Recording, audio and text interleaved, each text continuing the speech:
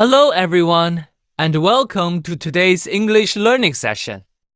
In this lesson, we are going to focus on a topic that makes English sound colorful, expressive, and natural: idioms and everyday phrases. Idioms are one of the most fascinating aspects of English. They are groups of words that carry a meaning which is often very different from the literal meaning of the individual words. For example, if I say, "It's raining cats and dogs," I don't mean animals are falling from the sky. I simply mean that it is raining very heavily. Learning idioms can be a challenge at first, because you cannot always translate them word for word into your native language. However, once you start to recognize and use idioms, you will notice a huge improvement in your listening and speaking. Idioms help you understand movies, TV shows, songs, and everyday conversations much better. They also allow you to speak more like a native, adding richness and variety to your English. In this session, I will introduce you to many idioms, explain how to use them in real-life situations, and give you practical tips for practicing so that these phrases become part of your active vocabulary. Why idioms are important. Idioms are not just decorative expressions. They are an essential part of communication in English. Native speakers use idioms constantly, sometimes without even realizing it. Imagine listening to a group of friends chatting. You might hear sentences like, "Come on, don't spill the beans," or "That exam was a piece of cake," or "We need to get the ball rolling." If you only know the literal meanings of words, you may feel confused. But if you know these idioms, you will understand instantly that they mean, "Don't reveal the secret. The exam was very easy, and we need to start the process." Idioms add color and energy to language. They make your speech more lively, and they show that you truly understand English culture, as well as the words. Without idioms, language can sound flat or too formal. With idioms, your English becomes engaging, expressive, and enjoyable. Idioms about daily life. Let us begin with idioms that you can use in daily life. These are phrases that often come up in casual conversations with friends, family, or colleagues. One very common idiom is break the ice. This means to start a conversation in a social situation and make people feel comfortable. For example, if you attend a meeting with people you don't know, someone might tell a joke to break the ice. Another useful idiom is hit the hay. This simply means to go to bed.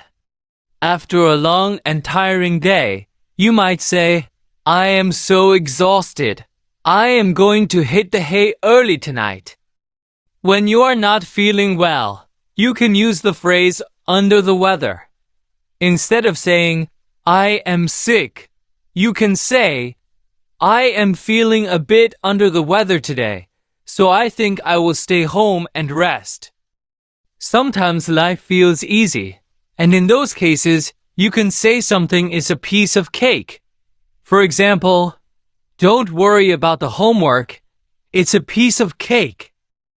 And finally, one of the most fun idioms to use is spill the beans. This means to reveal a secret, sometimes by accident. For example, if your friend tells everyone about the surprise party before it happens, you could say, "Oh no, she spilled the beans." Try practicing these idioms by saying them aloud and making your own sentences. The more you use them, the more natural they will become. Idioms about work and study.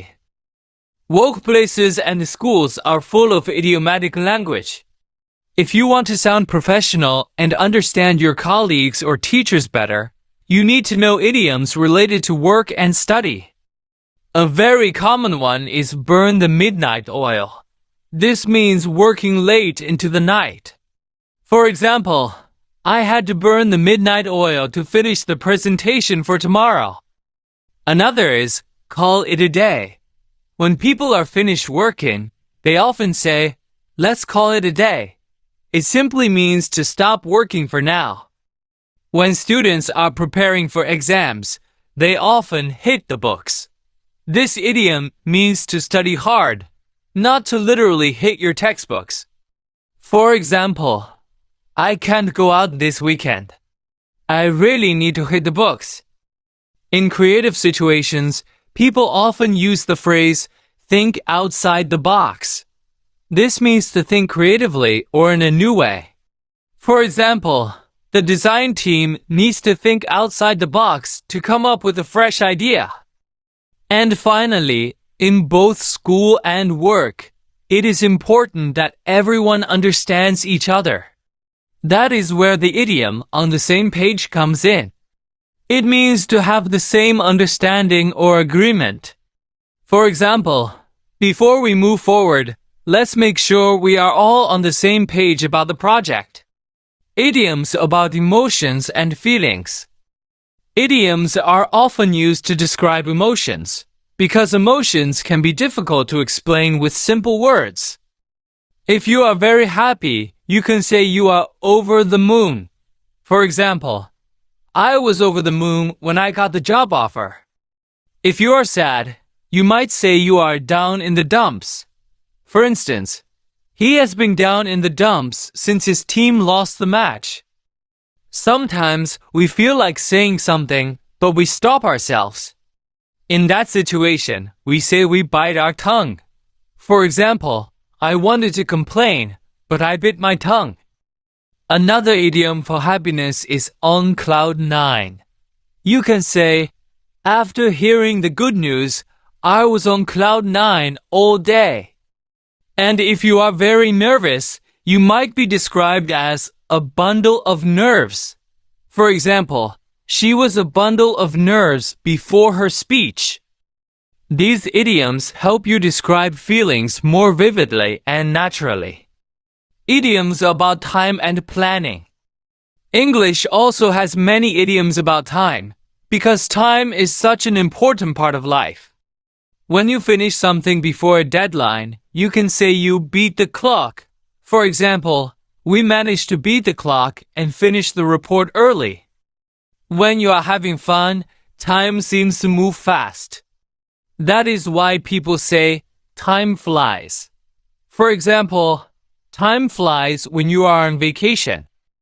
In any project, someone must make decisions. That person is said to call the shots. For example, the manager is the one who calls the shots here.